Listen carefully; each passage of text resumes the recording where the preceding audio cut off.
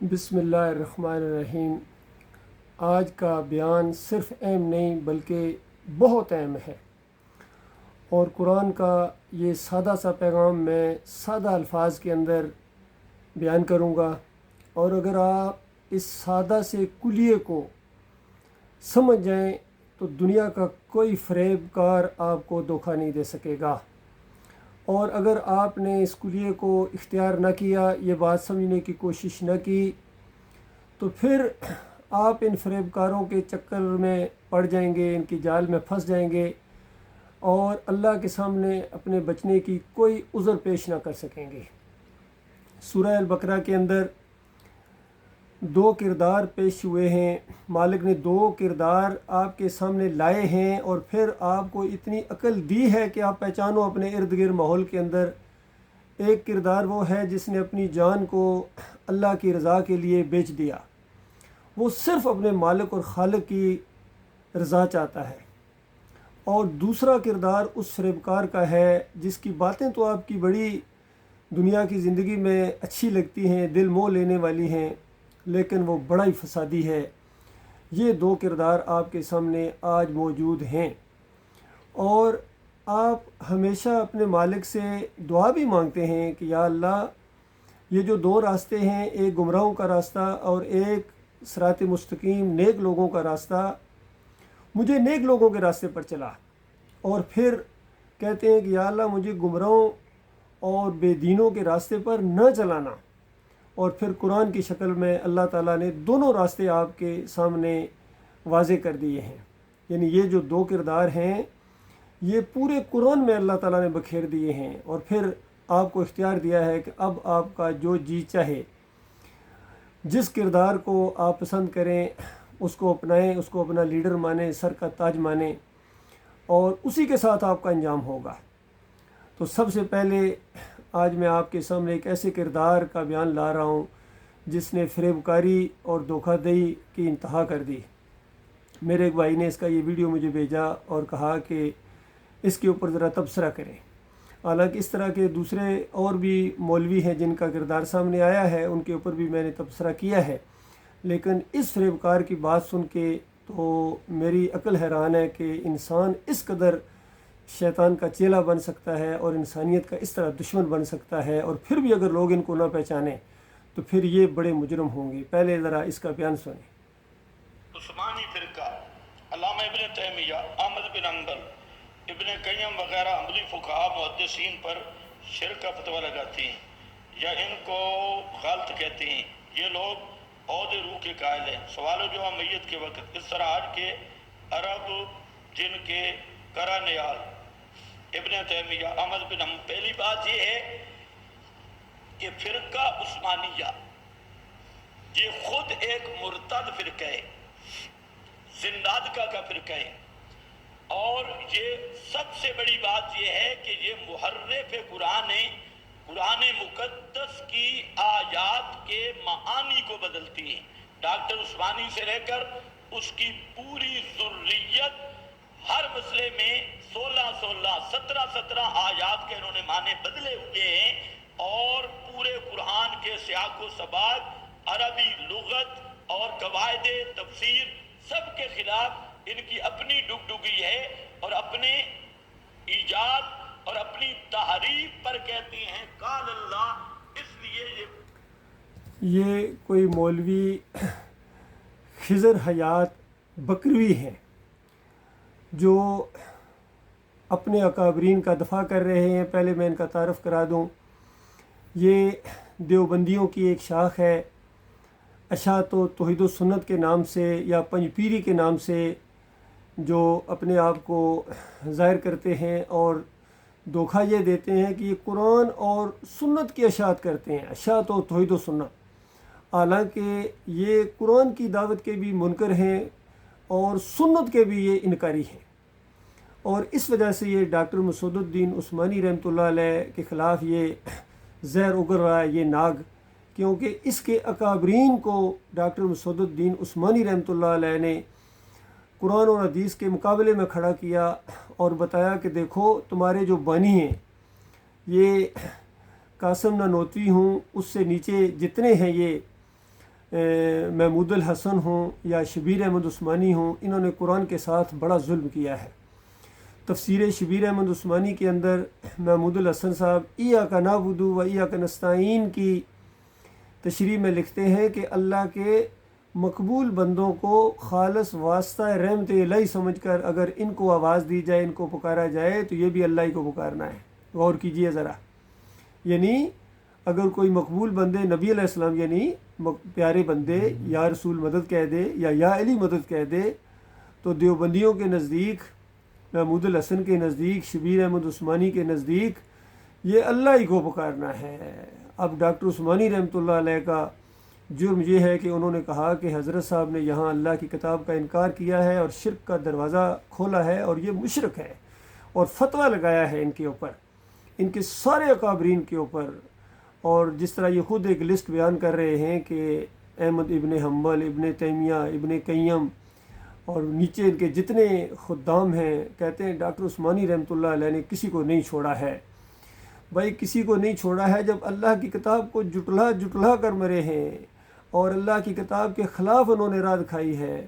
تو عرصہ دراز تک پہلے یہ ڈاکٹر عثمانی رحمۃ اللہ علیہ سے جھگڑا کرتے رہے ہیں کہ تمہارا یہ عقیدہ کہ یہ روح واپس نہیں آتی ہے اس جسم کے اندر قیامت سے پہلے، یہ غلط، اور احمد بن حنبل کا عقیدہ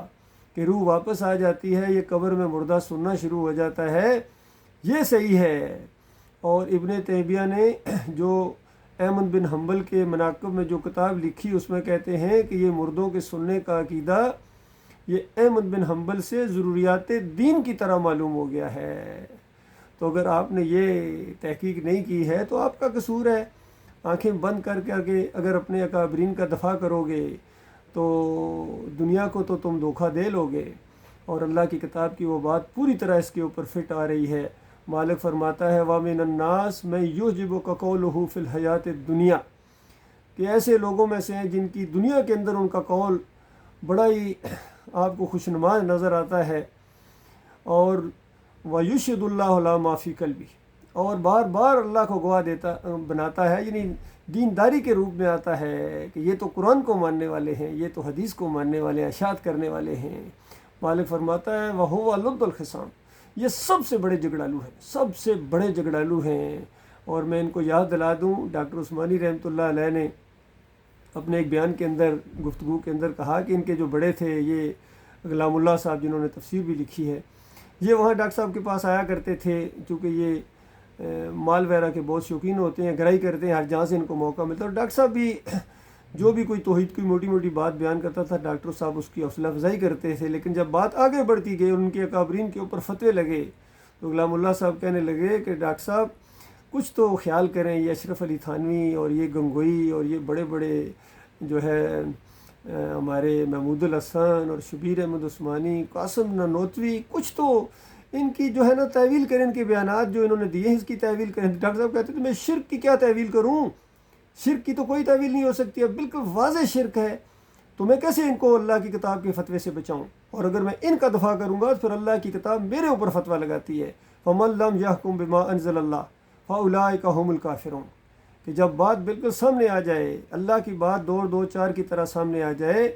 اور اس کے مقابلے میں یہ علماء کھڑے ہو جائیں اور پھر کہا جائے کہ فیصلہ کرو کہ اللہ کی کتاب سچی ہے یا حضرت صاحب سچ فرما رہے ہیں، تو مالک فرماتا ہے ایک دو نہیں، سارے ایسے علماء جو اللہ کی کتاب کے مطابق فیصلہ نہ کریں، ایسے سارے کافر ہیں۔ تو ڈاکٹر عثمانی رحمۃ اللہ علیہ کا قصور یہ ہے کہ انہوں نے اللہ کی کتاب کے مطابق فیصلہ کیا اور ان کو کٹہرے میں کھڑا کر دیا، اپنے استاد کو بھی، یوسف بنوروی کو بھی، اور یہ جو جتنے یہ ان کے بنوری ٹاؤن کے مدرسے کے تھے، حالانکہ یہ استاد تھے ڈاکٹر صاحب کے، لیکن ڈاکٹر صاحب نے جب ان سے ڈگری لینے کے بعد ان کا تھوڑا سا احساس دلایا کہ اتنے بڑے علماء ہوئے، کتنا شرک تمہارے ساتھ ہے، تمہارے اکابرین کے اندر ہے، تو انہوں نے پھر کہنا شروع کر دیا یہ انتشاری ہو گیا ہے، یہ باغی ہو گیا ہے۔ تو اللہ کے بندو، ہم ہر اس سسٹم کے باغی ہیں جو اللہ کی کتاب کا انکاری ہے، اور اللہ کی کتاب کو پیچھے کر کے انہوں نے اب ابن قیم کی وہ کتاب روح پڑھو، سارا قبر پرستی کا مواد انہوں نے فراہم کر دیا ہے۔ اور تفسیر جوہر القرآن کے اندر جو ہے یہ غلام اللہ صاحب لکھتے ہیں کہ یہ سماع موتا کا مسئلہ جو ہے یہ اختلافی مسئلہ ہے، صحابہ اکرام سے اختلاف چلا آ رہا ہے۔ اچھا، یہ اختلافی مسئلہ ہے؟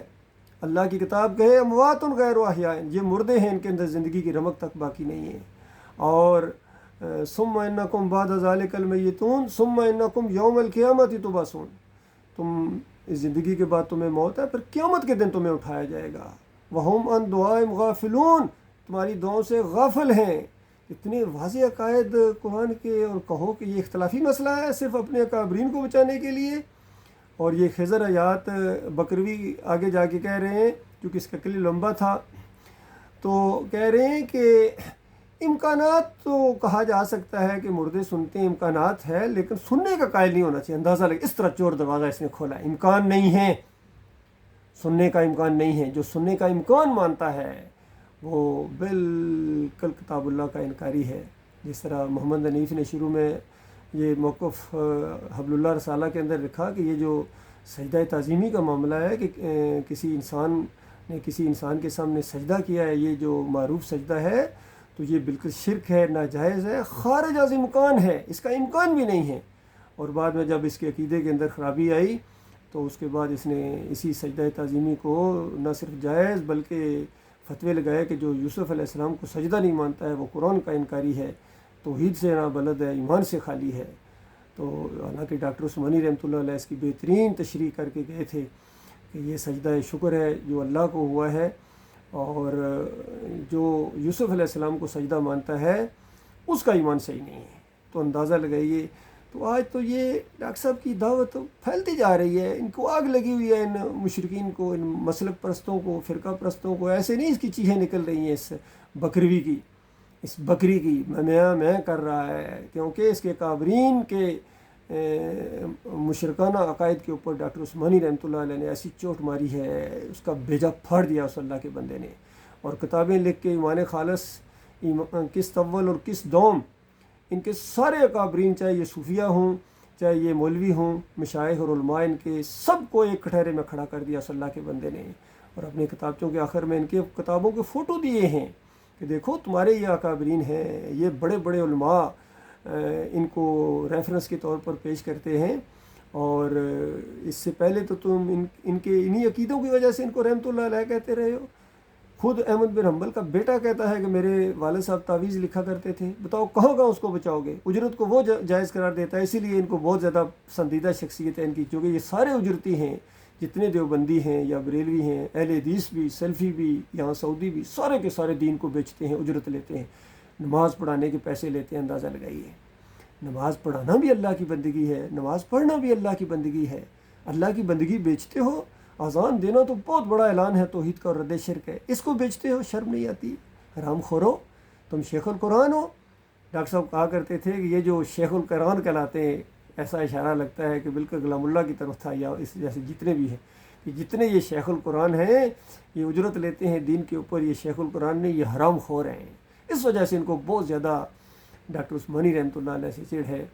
کیونکہ ڈاکٹر صاحب نے جہاں عقیدے کی اصلاح کی ہے اس امت کی، اور اپنے پیچھے لٹریچر چھوڑ کے گئے ہیں، تقاریر چھوڑ کے گئے ہیں، سوال و جواب کا ایک بہت بڑا سلسلہ ہے، فتوے ہیں ڈاکٹر صاحب کے، وہ چھوڑ کے گئے ہیں، اور ان کی وجہ سے ان کو اب عوام جو ہے نا پہچاننا شروع ہو گئی ہے۔ یہ جو فرقہ پرست ہیں، مسلک پرست ہیں، چاہے یہ بریلوی ہوں، دیوبندی ہوں، اہل حدیث ہوں، سلفی ہوں، حنفی ہوں آج کے، یا حنیفی ہوں، ان کو بھی اب بڑی آگ لگی ہوئی ہے، اور آگے پیچھے یہ بیان کرتے رہتے ہیں ڈاکٹر صاحب کو چھوڑو۔ محمد حنیف کہا کرتا تھا ڈاکٹر صاحب کو چھوڑو، تو ہمارے ایک ساتھی نے کہا تمہیں نہ چھوڑ دیں، ڈاکٹر صاحب کو کیوں چھوڑے؟ ڈاکٹر صاحب کی جو بات قرآن و حدیث کے مطابق ہے، اور ہم ڈاکٹر صاحب رحمۃ اللہ علیہ کے پکے ساتھی ہیں، اور ان اشاعتیوں کو بھی پتہ ہونا چاہیے ڈاکٹر صاحب کے فوت ہونے کے بعد دعوت ختم نہیں ہوئی ہے، ابھی ارشد کرملائی زندہ ہے۔ انشاءاللہ میری زندگی میں اس دعوت کے اندر کوئی لچک، کوئی کمی پیشی نہیں ہوگی انشاءاللہ، کیونکہ یہ حق ہے، یہ حق دعوت اٹھی ہے اس دور کے اندر، اور اب تو یہ اور آگے بڑھتی جا رہی ہے، آڈیوز کے ذریعے بھی، ویڈیوز کے ذریعے بھی، اور ویڈیوز کے اوپر بھی ڈاکٹر عثمانی رحمۃ اللہ علیہ کا فتویٰ ہے کہ ایمان اور اسلام کے لیے اس کا استعمال، ویڈیوز کا، یہ بالکل جائز ہے۔ کسی حدیث کا انکار نہیں ہوتا ہے، یعنی کسی تصویر والی جو حرمت آئی ہے اس کا انکار نہیں ہوتا ہے، وہ اپنی جگہ قائم ہے، وہ جس موقع کے لیے، جن لوگوں کے لیے، اس سے ہم بھی بچتے ہیں۔ لیکن یہ جدید ٹیکنالوجی، یہ ماڈرن دور کے اندر یہ ویڈیوز کا استعمال یہ بہت ہی زیادہ افیکٹو ہے، اور ڈاکٹر صاحب بہت زیادہ خواہش رکھتے تھے کہ یہ دین کی یہ دعوت ہے، یہ موٹی موٹی توحید کی بات، رد شرک کی بات، ان طاغوتوں کی نشاندہی کی بات یہ تیزی کے ساتھ پوری دنیا کے اندر پھیل جائے۔ الحمدللہ یہ پھیل رہی ہے اور یہ کشمکش بڑھتی چلی جا رہی ہے، اور ان سارے نمک حرام غداروں کو ایک کٹہرے کے اندر کھڑا کر دیا ڈاکٹر عثمانی رحمۃ اللہ علیہ نے۔ اب آپ کی مرضی ہے اللہ کے بندو، ایک طرف یہ ڈاکٹر عثمانی رحمۃ اللہ علیہ کا کردار ہے جس کو قرآن میں یعنی جس کردار کا قرآن میں اس طرح ذکر ہے، وَمِنَ النَّاسِ مَن یشری ابتغاء مرضات اللہ مَن یشری نفسہ ابتغاء مرضات اللہ واللہ رؤوف بالعباد۔ انسانوں میں کچھ ایسے بھی ہیں، یعنی سارے نمک حرام غدار نہیں ہیں ان مولویوں کی طرح، کچھ ایسے بھی ہیں جنہوں نے اپنی جان کو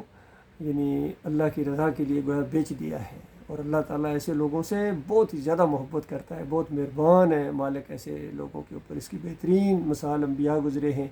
اور پھر آخری نبی محمد صلی اللہ علیہ وسلم، اور پھر